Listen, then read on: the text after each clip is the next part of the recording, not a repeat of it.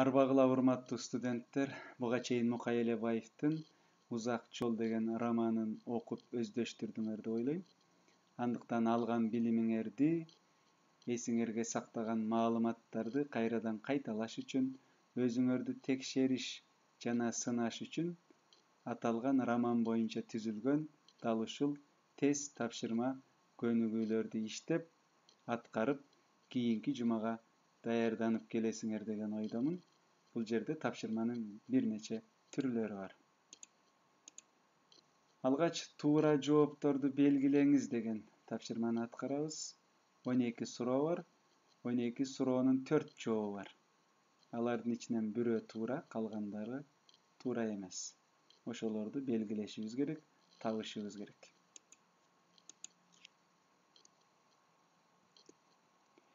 Эмне үчүн Элебайдын кошуналары Заматта жыйналышты? Мукайдын ыйы угулгандыктан, Алмакан катуу чаңыргандыктан, Бурмаке жардам сурагандыктан, Элебай конокко чакыргандыктан.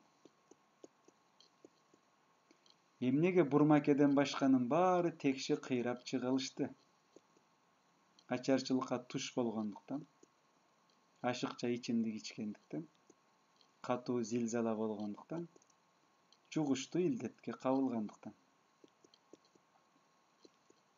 Эмне үчүн Мукайды Сарыбайдын байбичеси өргөөсүнө чакырды?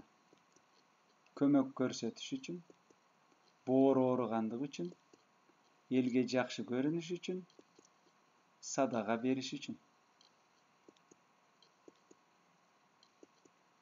Эмнеге Мукай таятасынын журтунда жашап калган жок? Анткени таекелери менен тил табыша албай койду.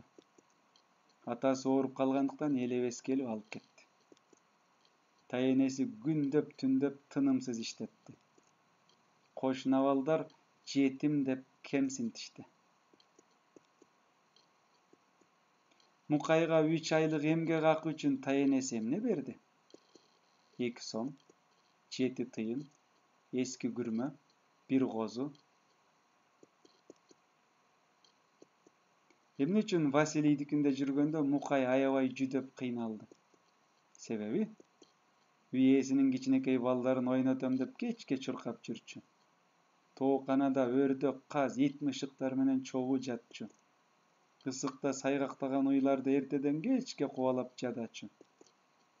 Анын таш боор, көк көз катыны тындырбай көр жерге жумшай берчү. Эмне үчүн бейшемби өзүнүн жары Жанымжанды сабады?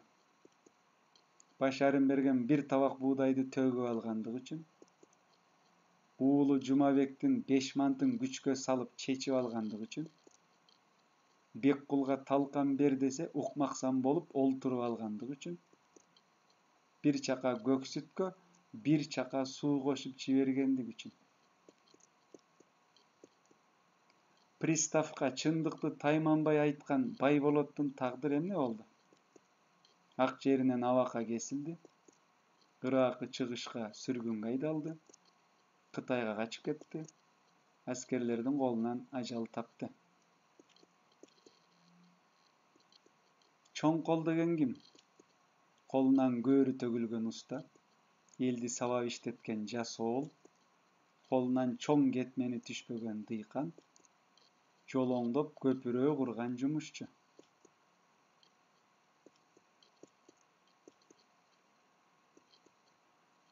Консул карыптардын өтүнүчүн аткардыбы? Ооба? Жок. Билбейм. Эсимде жок. Бурмаке каза болгондо Мукай анын кайсы сөзүн эстеди балдар? Сени бутуңа тургузуп адам кылсам, 2 дүйнөдө бактылуу болмокмун. Качкын кыргыздын каргышы падышага тийип тактысынан куласа экен. Большевиктер келип Кытайларды тукум курут кылса, төбөм көккө жетмек. Атаган аат эч болбосо көлгө жетип өлсөк, арманыбыз болбосо эле. Соңку 12 суроо. Эмне үчүн Мукай менен Беккул келгенде аялдар көпкө бышактап ыйлашты? Себеби аларды Кытайларга сатылып кетти деп жүрүшкөн экен. Эбак өлдү деп түңүлүп коюшкан экен. Туткунга түшүп, кул болду деп ойлошкон экен. Орус аскерлери түрмөгө камады деп угушкан экен. Эми кийинки тапшырма мындан өзгөчөлөнүп, туура эмес жооптору менен айырмаланат. Башкача айтканда, 3 туура жооп, 1 туура эмес жооп бар. Ошону табышыбыз керек.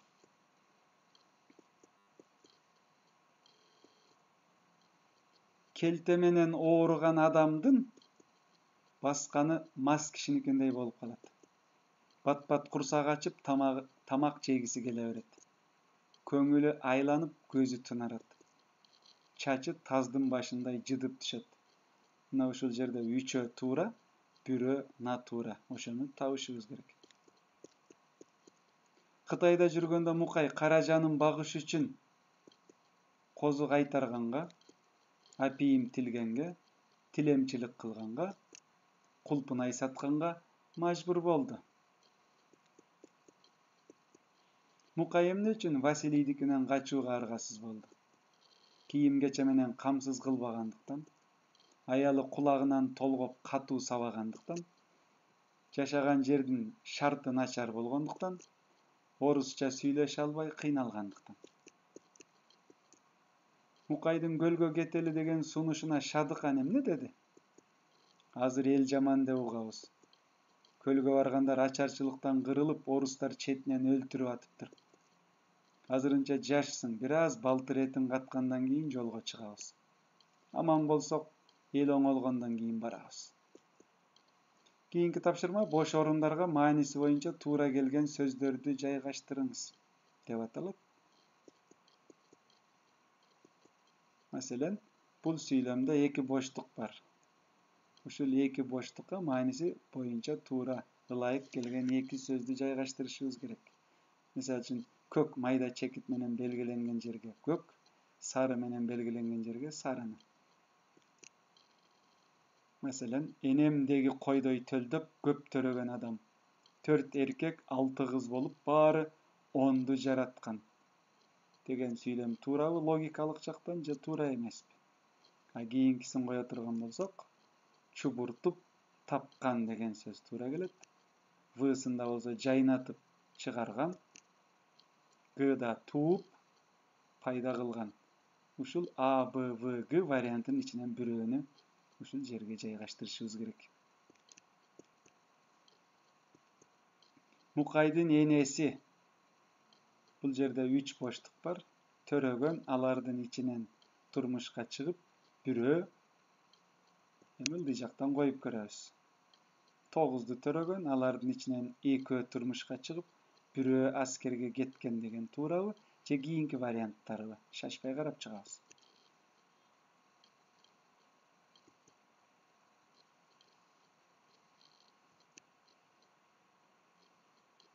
Төртөөнүн ичинен бир гана вариант туура. Элебестин үй бүлөсү жайыгышы Башариндин көп чекит, бирок акысына бар болгону көп чекит алат. Кайсыл сөздөр туура келиши мүмкүн? Чөбүн чаап малын багат, 4 сындырым кара нан алат деген туурабы же башка варианттарбы? Карап көрөбүз.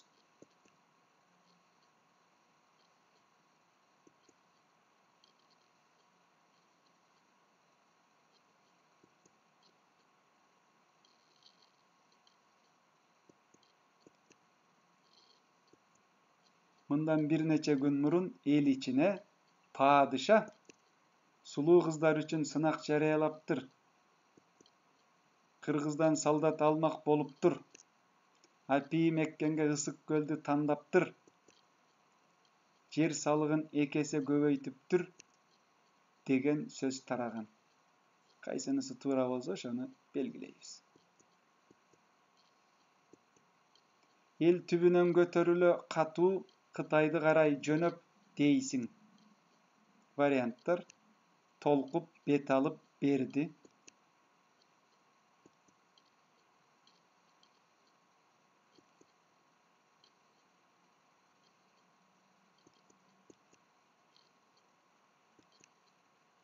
Эгиндер, чөптөр, ак сарай үйлөр, tütöp kala berdi. Bışpagan жалындап астыда. Орулбаган күйүп артта. Көйкөлгөн алоолонуп жайыкта. Куураган быкшып төмөндө деген варианттардын бирөөсүн боштуктарга жайгаштырабыз. Кийинки тапшырма алды сызылган сөздөрдүн ордуна маанилес сөздөрдү жайгаштырыңыз деп аталат. Мисалы үчүн алды сызылган сөздөрдүн ордуна кайсы сөздөрдү койсок сүйлөмдөрдүн мааниси өзгөрбөйт деп ойлойсуңар балдар. Эми мындагы кыргынды сураба. Кыргын деген сөздүн ордуна кайсы сөздү койсок ушул сүйлөмдүн мааниси өзгөрбөйт. Мисалы үчүн согушту коебузбу же башка сөздүбү. Чуркураган сансыз үндөр адамдык экенин, айбандык экенин айырып болбойт. Мына ушул сары алды сызылган сөздөрдүн ордуна синоним маанилеш сөздөрдү жайгаштырабыз. Бир жерде жүктүү мал агып бараткан, бир жерде элечеги чубалып, бешиктүү катын агып келе жаткан, бир жерде өлүп, суунун четине тырайып чыгып калган, бир жерде көмөлөнүп, сууга кетип бараткан баласына чыркырап түшө калып жаткан, бир жерде селейген, өлүгүнүн жанында боздоп турган. Эми кайсы бирин айталы?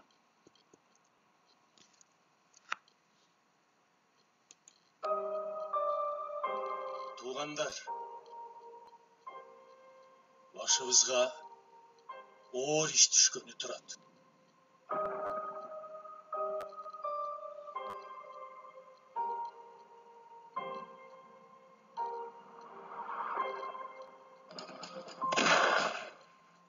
Жерибиздин соорусун тартып алды. Началось восстание так же, как в Туркестане. Сени болгон маанаты. Бала эмне жазып? Ты за языком-то следи своим. Биз баспай калдык бала.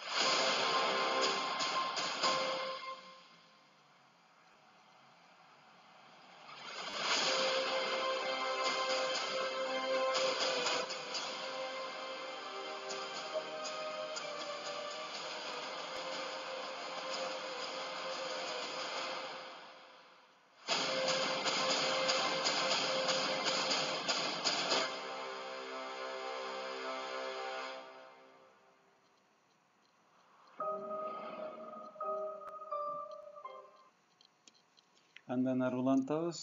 Д тапшырмасында сүйлөмдөрдүн аягын толуктаңыз деп аталат. Сүйлөмдөрдүн башкы бөлүгү берилет, калганын өзүбүз толукташыбыз керек. Маселен, падышанын соңку талабын уккан эл четине албай катуу сүйүндү, билмексен болуп жүрө берди, акырындап толкуй баштады, калмактарды жардамга чакырды. Bir gana жообу туура. Ошол аламатта Башарин, Василий жана Метрей өңдүү байлардын дүнүйө мүлк мал жандыктарын калмактар тартып алышты. Үй жайларын, бал челектерин качкындар өрттөп жиберишти. Баары жазалоочу аскерлерге кошулуп, козголоңчуларга кол салышты. Көбү бар байлыктарын арабага жүктөп, Орусияга качып кетишти. Суу ашуунун башына жакындаганда Чүкөй эжемди карышкырлар талап жарадар кылышты. Бул Мукайдын сөзү. Жазалоочу аскерлер ала качып кетишти. Жоготуп жиберип көпкө издедик. Аргасыздан бир Кытайга сатып жибердик.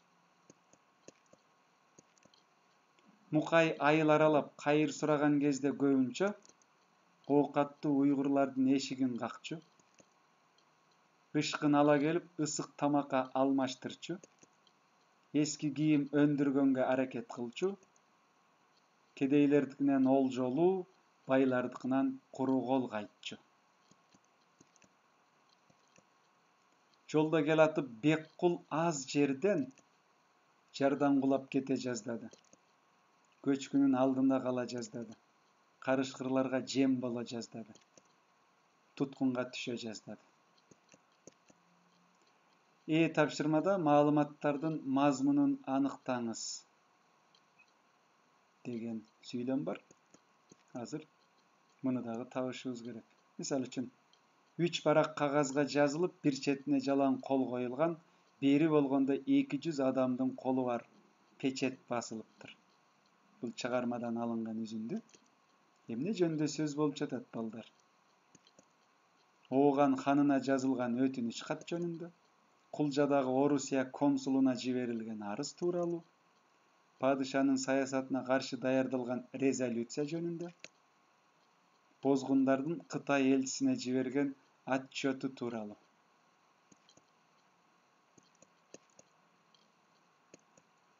Аны алып барып, кыштактын баш жагындагы бир жерге төмпөйте салдык. Жедеп түгөнүп соолуп калганбы, эч кимдин көзүнөн кылайып жаш да чыкпайт. Сөздүн төркүнү эмне жөнүндө деп ойлойсуңар? Батыйманын баласы жөнүндө, Бектайырдын сөөгү жөнүндө, Бейшембинин өлүмү жөнүндө, Кошуна келиндин чүрпөсү жөнүндө. Үстүндө тамтыгы жок, эзелтен жуулуп көрбөгөн, адырайган, теригиш шымы дал-дал бөлүнүп, кири муздай колдоюп, такымын кызартып өйкөп жүрөт. Бул ким деп ойлойсуңар? Алмакан, Беккул, Мукай, Бектайыр. Колу майда барат иштерге чебер, жанынан ийне үзүлгөн жан эмес. Кементайын, шымынын жыртык тешигин талаада олтуруп өзү жамап алат. Бул кайсыл каарман? Бычмачы жигит Жоломан, уйгур уста Мамир Мазин, тоголок жетим Токмолдо, тажрыйбалуу койчу Ахмет. Кийинки тапшырмада сөздөрдүн маанисин чечмелешибиз керек. Бир нече сөз берилген. Маселен, тобокел, шүйдүрүм, тердик, кемеге, черүү, зымгарагай, кыямат кайым, залака, жайбаракат, күкүм, шибер, шамшар, каңылжар, түңүлүү, чиркөө, кементай. Мына ушул сөздөрдү сөздүктөн карайсыңар. Үйдөгү ата-энеңерден, туугандарыңардан, кимдир бирөөдөн сурап, даярданып, маанилерин кийинки сабакка чечмелеп жазып келесиңер балдар. Андан кийинки тапшырмабыз макалдарды толуктаңыз деп аталат. Макалдардын жарымы берилген, жарымын өзүңөр табасыңар. Маселен, туулган жердин өз үйүң туура бийде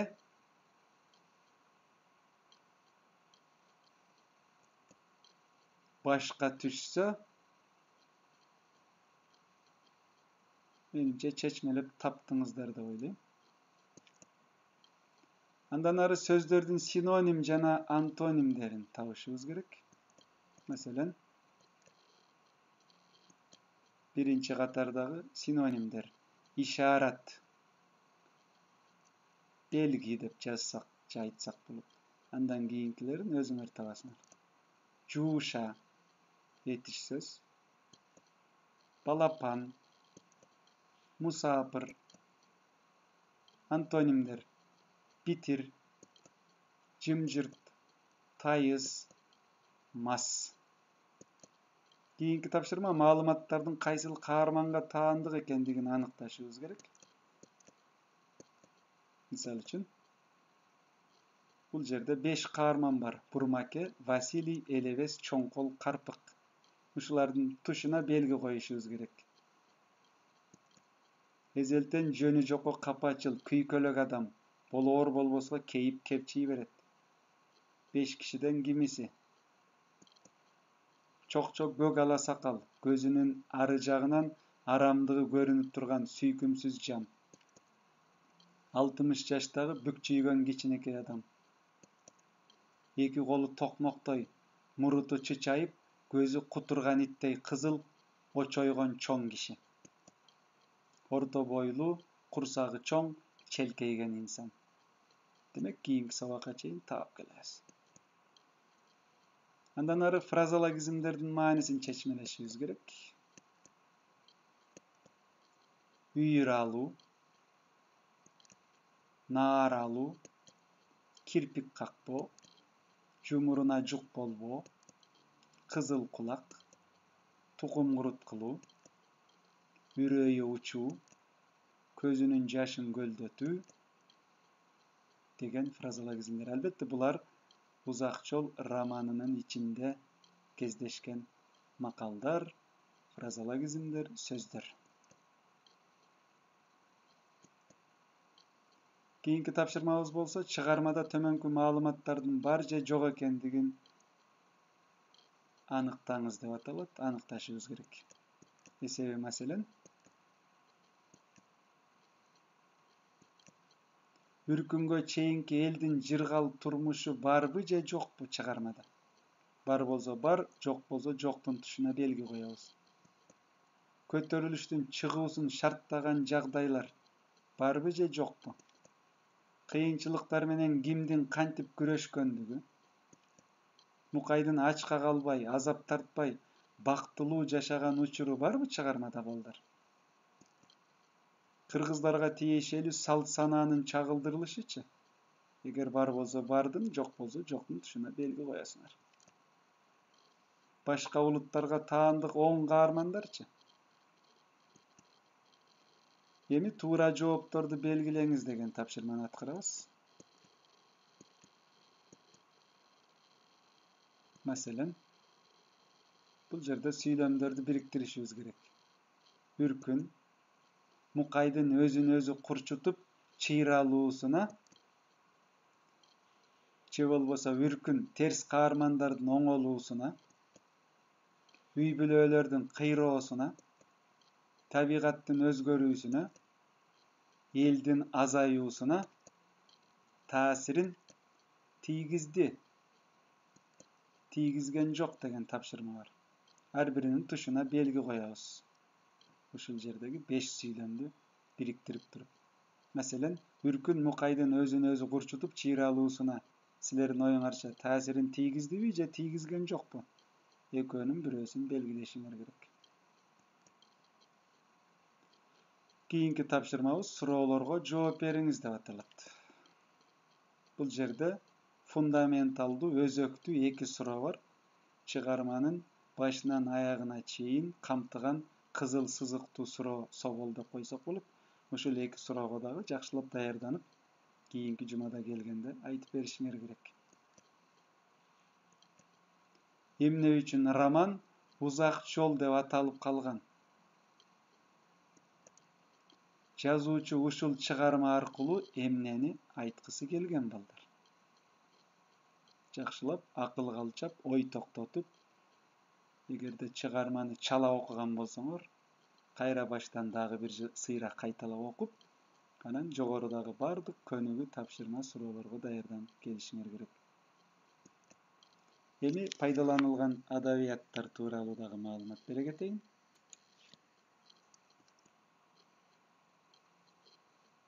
Мукай Элебаевдин Узак жол деген романы Шам басмасынан жакында жарык көргөн. Ошол кара түстөгү китепти таап окусаңар болот.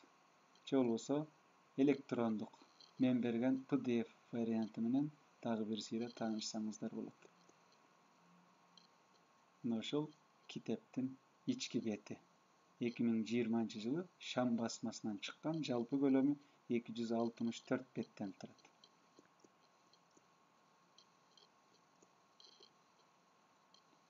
Ушул видео сабагыбызда кандай видео, фото материалдар колдонулган болсо, ошолордун булактарын да көрсөтө кетейин.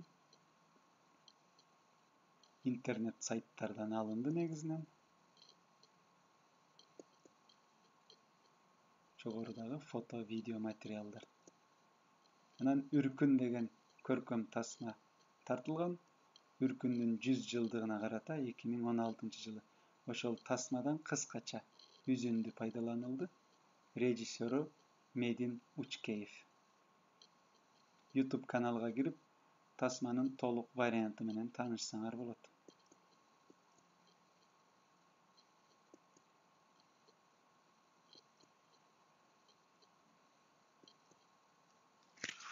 көңүл бурганыңар үчүн чоң рахмат. Кайрадан кийинки аптадан силер менен жолугушканга чейин аман болгула балдар.